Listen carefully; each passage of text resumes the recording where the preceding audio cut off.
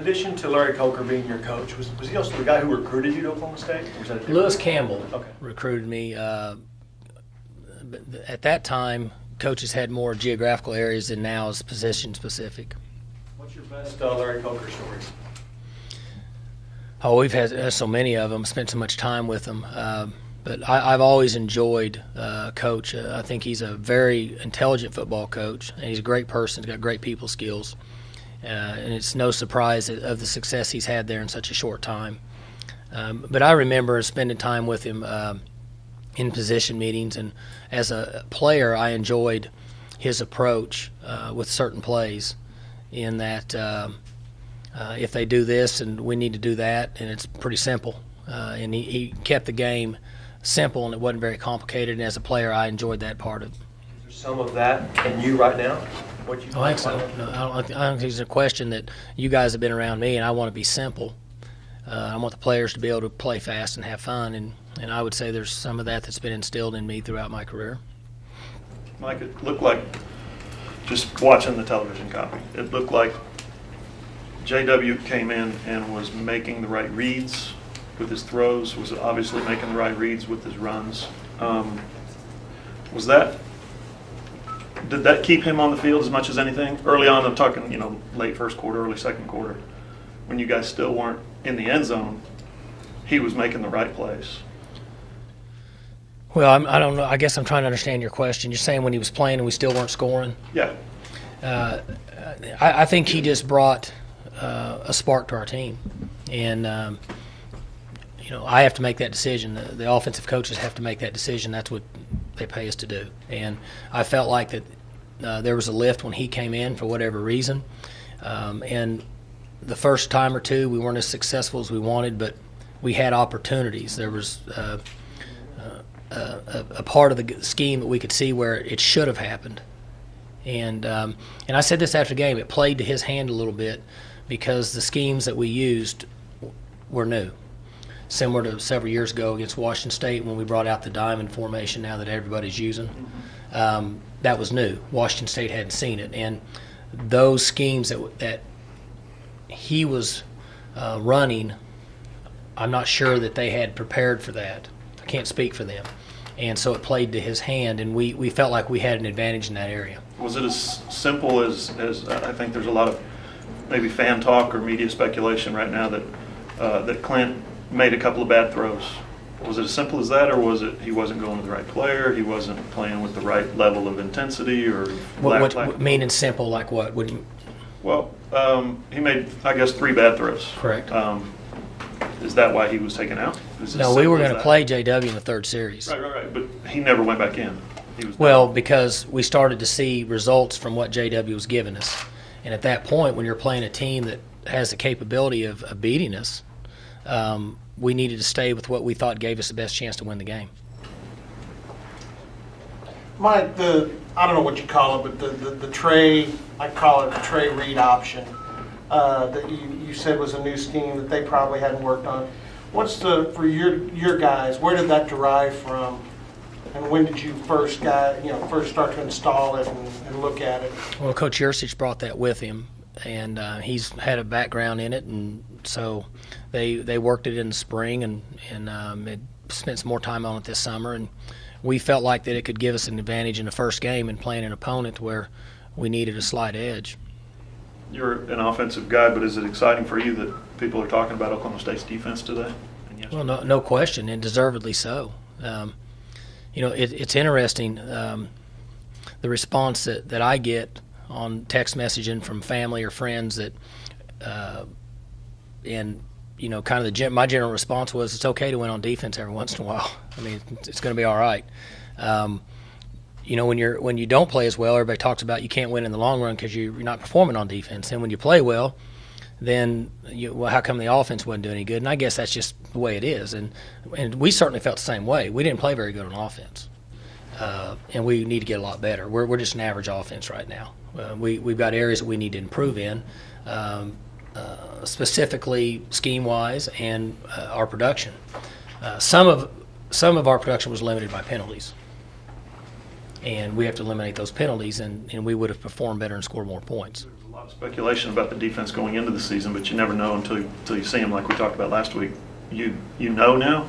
I don't know More that comfort now? I'm not sure that we know. I've always had concerns going into the first game because of players that have to play that haven't played previously in big games. We could go down the list. We had two out of the 5 linemen playing that really haven't played in big games, so there's some concern there. JW played in 6 games last year, 5. I don't know, but either way, that's not very much. So I had concerns with him. Clint played in 4? Something. Concerns there. Same thing on the defense side of the ball. So we'll know more in a month about who we are, the direction we're going, and really what kind of a football team that we can be, and we have to stay healthy. We have some areas that we have some depth, and then we have other areas that we're thin. And if one of those guys gets banged up, we have to put a player in that doesn't have any experience and may not be ready to play at this level. I'm not saying that everybody else in the country doesn't have that issue. I'm just saying that we do have that issue, and those are things that are concerns early in the season. You've always been good about letting your coaches coach, and I know that the catchword has been aggressive for this defense, but the other part of it is they're letting their play talk. You talk to the kids, you talk to Glenn. It's one game. They don't want to talk like they've made it and the defense is a finished product. They talk about, hey, we'll let it speak each week. How refreshing is that to you to hear those players adopt that concept? Well, we try to instill in them from the day they get here in saying the right things in a team concept, but it has to be displayed and starts with the coaching staff. And we have to think that way, and that's the way we have to react. And we think in turn they will act and respond the same way we do and take on our attitude and our approach. They've got things they need to work on also. We didn't tackle very well at times in the secondary, which is an issue that we have in our style of practice. Okay? Traditionally, that gets better as the season goes on because they play more games. There's more active tackling for those guys at the second level. In the interior box, they're a little better because we do have inside drills in practice, and even though it's not live, guys go on the ground because you can't stop it. You got 7-on-7, there's 14 guys piled up in there, something's going to happen. So we need to improve in those areas. We need to get make some improvement in our early first quarter pass rush. We weren't getting to the quarterback. So they did a great job. They got a long ways to go. And one game is one game, just like what you said. A month from now, we'll see where we stand as a team and they stand as a group offensively and defensively and special teams. You talked about the game Saturday and even the arrival Friday being a lot like a bowl game, which is unusual for an opener. You walk into a situation this week where this is a coming out party for their program. First BCS team for them to host in a home game. How much does last week's revelry and atmosphere play out and maybe help in San Antonio? Well, we hope the maturity of our team will come forth in practice this week. I thought that some of the big games that we had played in over the last 4 or 5 years here helped us in the game last Saturday. But we've been in this situation before where we've played teams that they're putting everything into this game. And so we have to be mature enough in our preparation and handle that responsibly in getting ready and go down and play the game the way we need to play. That was an interesting atmosphere in Houston. The Friday festivities at the hotel and a bowl game atmosphere, I guess, people, I don't know, I just know it was like a bowl game. And then when you get there, the stadium is half full at best. It was a little unusual. So the way the players responded, I was pleased with them staying focused on the task at hand, which was the game. Like JW came in third series. He was going to come in the third series, you said, I think. That's correct. Does it stand to reason that Clint's going to come in the third series? No, JW's our quarterback now. Clint could play. I don't have a time frame for that. I'm not sure we ever will. But, I'd said before the game we were going to play both quarterbacks. And we're comfortable with the way that JW played, and we think he gives us the best opportunity now for success. Big disappointment for Clint. How's he been the last couple of days? Well, he's been fine at practice. Clint's a good guy. He's worked hard, and I couldn't say anything else other than I'm sure he's disappointed. We all want to be the starter, but it's the way it fell at this time, and we're glad he's a part of our program. Mike, do you have some confidence in Clint because he's been there and done this, and he was prepared last year to take over when he needed to? So does that give you a measure of confidence? It does. We have some inexperience at quarterback, but we also have some experience at backup, and it kind of goes both ways. But that's really the truth. That's the way it is. But he's been through this. The chips didn't fall in place for him at this time, but we make decisions. I listen to the coaching staff, and I either have reason to debate what they say and go into further conversation, or we move forward with the decision that's made, and that's what we do. Quarterback position is unique. You can't always play multiple guys, unlike receivers, running backs, DBs, linebackers. So there's a little more discussion about that particular position. But we're glad that he's here, and yes, from an experience standpoint, he is as a backup. Is one of the areas schematically that you'd like to see improve getting the ball down the field a little bit more?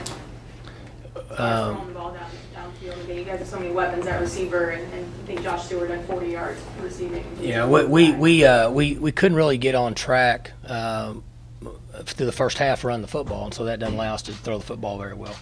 I mean, that's really what we've had success with, and so there's a number of areas as an offense that we need to improve on, I should say, and that's one of them.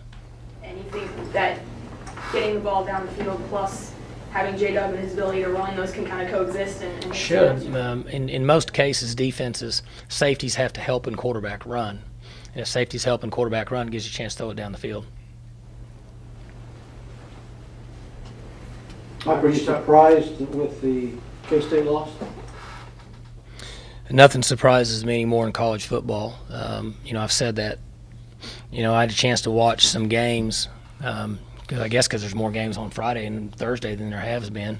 So I found myself with availability to watch some games. And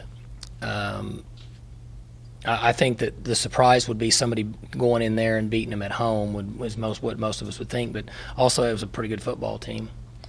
They've had a history, two back-to-back championships, and Craig does a good job. He's got a history with Nebraska football, and obviously he's got a great pedigree there, and they've had success. And I watched off and on some of the second quarter, but when you have a quarterback that has the mental capability that young man does, and I don't know him from anybody, he could walk right by here right now, but his ability to make a play in crucial times can certainly benefit and make a really good college football team. Now that I don't think you were a big proponent of playing Mississippi State in the opener, generally speaking. Now that game's behind you and it turned out favorably, seem like a good idea now? No. Still not? I want to play here.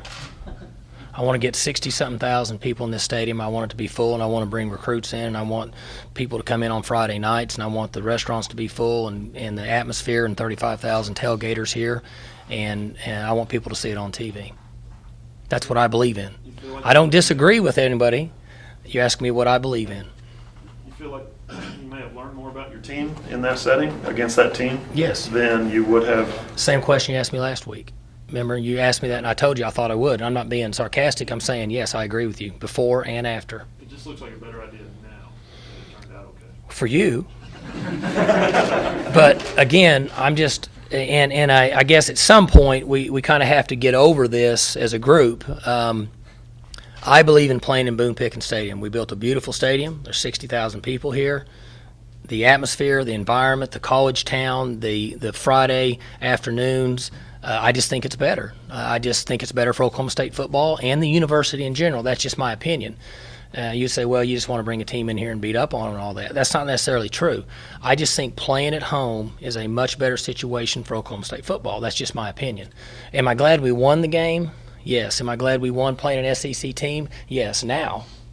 But I still would rather play at home in this facility and sell and market Oklahoma State University. Can you talk about how Kick Smith kind of fell into your lap? Obviously, you started off at UCLA, transferred here, wasn't part of the program last year, but now is punting really well for you on Saturday. We're fortunate to have him. He did a nice job. He's got a long ways to go, but his kickoffs were good and his punting was good. And you had mentioned to me in preseason, asked me how it was going, and I told you it was going really good and fine. I thought that he would play very well, and up to this point, he has. And so he made contact with us after he stopped playing football on the West Coast, and he's from right up here in Colorado. And we pursued him. I got on the phone with him. Our coaches got on the phone with him once he was free, and recruited him then as a walk-on. And we shared with him that we would give him every opportunity to have a chance to play here. And it worked out good for us, and seems to have worked out good for him as well. Different type athlete. You had a history of bringing guys back from hip injuries. Rachetti had that devastating hip injury, and from what I hear, this was really bad on this kid. He had a pretty traumatic injury, and his recovery was slow, but has worked hard, has rehabilitated himself, and even when he got here, there was a little concern, but he seems to be doing well, and we've modified, and he's modified his training, we've tried to limit his capacity of practice reps to keep him fresh throughout the year, and hopefully he'll continue to play the way he did Saturday. He was a student last year, but not necessarily on the football team. That's Is that correct. Just because of the injury situation, or more so something else? You guys are really intelligent, but it's very complicated with 85, 130, Title IX. I mean, it'd take me, I don't even know it. I just know that people tell me. It'd take me a long time, and I wasn't very good at math. But if we don't have a player that's eligible, Jimmy, then we don't actually want to count him on our roster, because we'd rather have a guy on here that could be eligible, that could play in a game. And Kip's a great guy and all that, but he doesn't help us much on scout team. Brogan 49-yarder on his first attempt. Low kick. Maybe you're asking a lot for a guy to go out and make a 49-yarder right off the bat. That's what he signed up for. Low kick. Great kid, great work habits, is going to be just fine. To use a golf term, and I don't play golf, but he was kind of trying, you know how if you don't hit the ball very well, you kind of just try to hit it straight, and then it doesn't work. It does like this because you're trying to hit it straight instead of just swinging. He was just kind of trying to get it through there, and first time out. And so he'll be fine. He'll improve. He'll relax. But that was a low kick. I assume UTSA doesn't look like a team in its third year of playing football. They're doing good, John. You know, I think they won 8 games last year, and went on the road last night, or a few nights ago, and won out there. And you know, we've talked before in recruiting and our principles and philosophies and geographic locations and way to get advantages, and we've always felt like that Central Texas area is a really good spot because there's so many quality players in that area, and there's the kids in that area are very well coached. They're trained, and he's slowly accumulating some of those guys. You know, he's got a quarterback that, you know, threw for 235 or 6 and rushed for 69. And I think the next closest guy on his team that rushed for yards had only 39. So he almost doubled the rusher and was an effective thrower. He's a good player. Looked like to me he was over 200 pounds, probably my height, 6 foot or so. And then they got a little running back, like I say, little number 1, who's kind of a scat back kind of guy that does some returning for him, is a good player. So he's accumulating some players, and you know, Coach Coker's done pretty well. You know, I don't have in front of me what his career record is, but his numbers are pretty good. So I would anticipate that he'll do very well. What's your relationship with Larry like? Well, I don't talk to anybody in coaching. I don't even talk to my brother. What was it like? Good. You know, as earlier they'd asked me that question kind of, and I'd mentioned that I enjoyed being around him as a player because it was really cut and dry. That here's what our approach is. Here's what you need to do if they do this. If they do that, you need to do this, and then you need to go play. I enjoyed that. And anything you needed, he'd do it for you. Great family, understands life, good people skills, and that's why he's having success. You know, it's not all about the football aspect of it. He sees the big picture, in my opinion. And looking back now, you know, what would be 30 years? I don't know how long it's been a long time. But I've always enjoyed him. You don't talk to anybody? Not really. I mean, is that by design, or is that just the way the coaching life is? I mean, I don't know that. I have a lot of really close friends out there, but I don't really talk to them very often. I'm full time here trying to. We have 130 guys here, and then I go home and I have 3 at home, and I just it's hard for me to get anything else done. Mike, Georgia lost a receiver, and they think it happened. He tore an ACL celebrating a touchdown with a chest bump. Is there any talk at all among the staff with your players about being careful when you celebrate touchdowns or anything like that? No. One, I was unaware of that. Two, no. I guess I asked that too because you're celebrating 88 team, and everybody knows how Barry, his signature was just to hand the ball Right. off to the official. I think that we're all instilled with a certain demeanor in the way we handle ourselves. I think you can be coached a certain way or another, maybe a little bit, but you really have to be who you are. Some coaches are animated on the sideline, some aren't.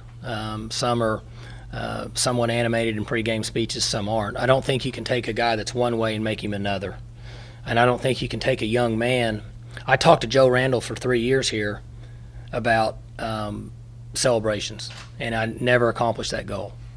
And my only other option was to set him on the bench, and so I figured that wasn't a good option.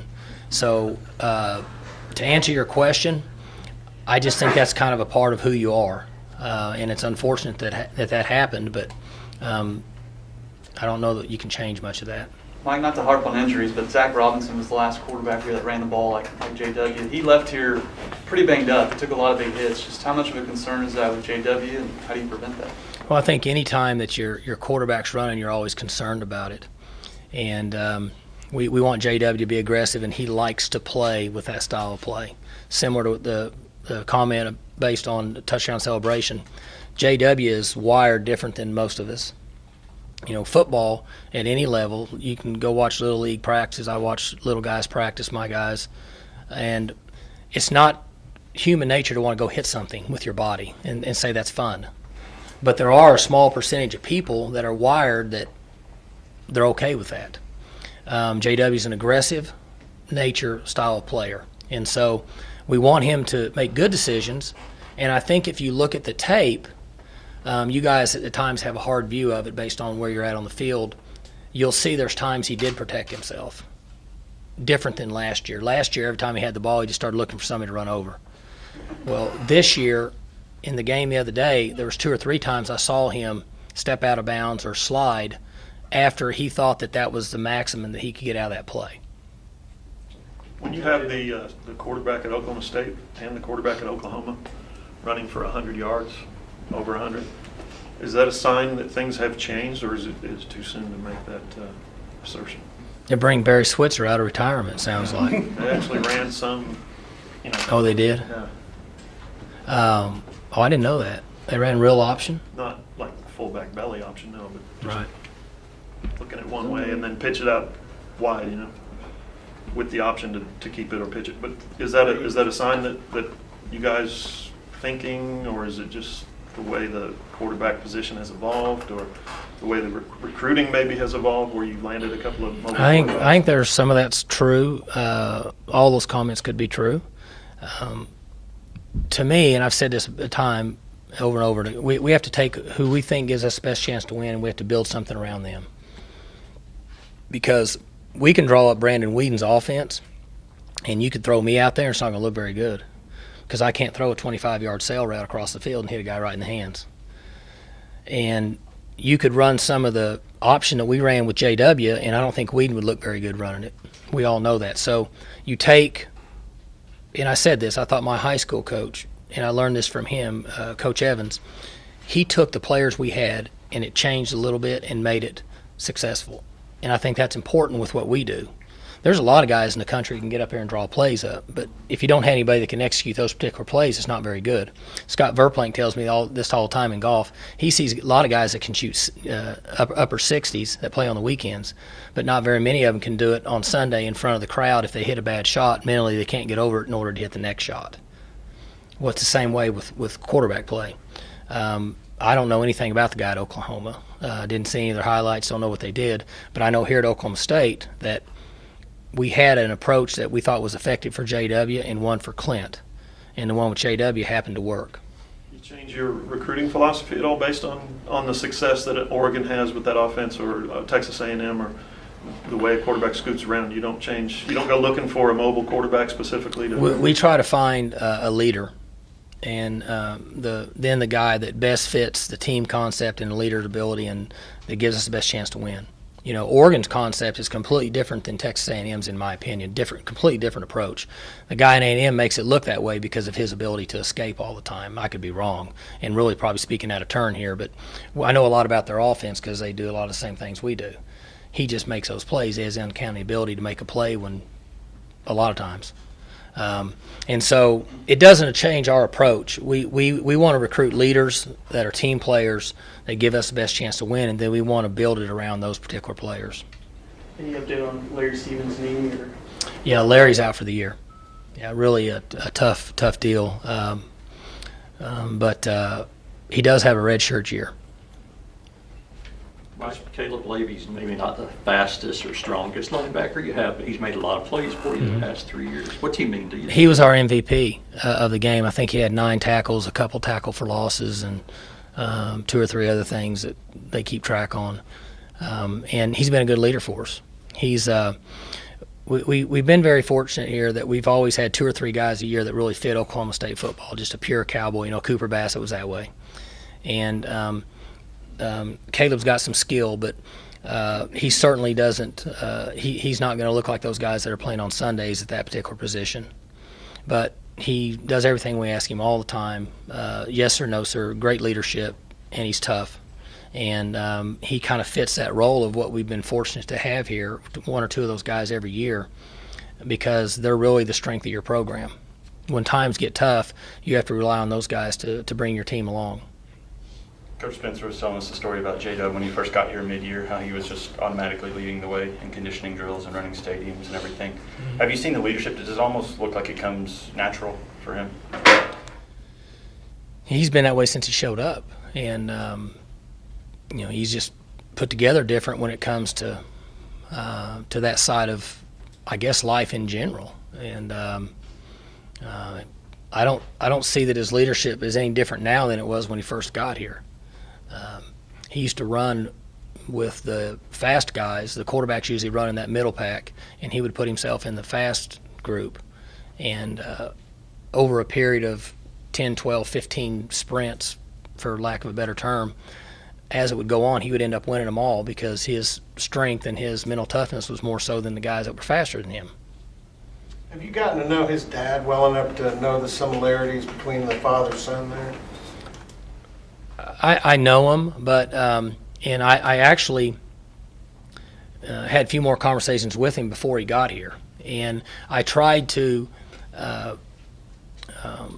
not put myself in a position that would make me biased by spending extra time with him because his son played on our team, and in all fairness to everybody that was trying to play quarterback at this school. So a lot of respect for him as a coach, done a great job in his history and background and what he's instilled in JW, but tried to really protect myself from becoming biased and building that relationship, which ultimately, you know, could possibly help us make a decision one way or the other. So I kind of tried to stray away from that. Good? All right.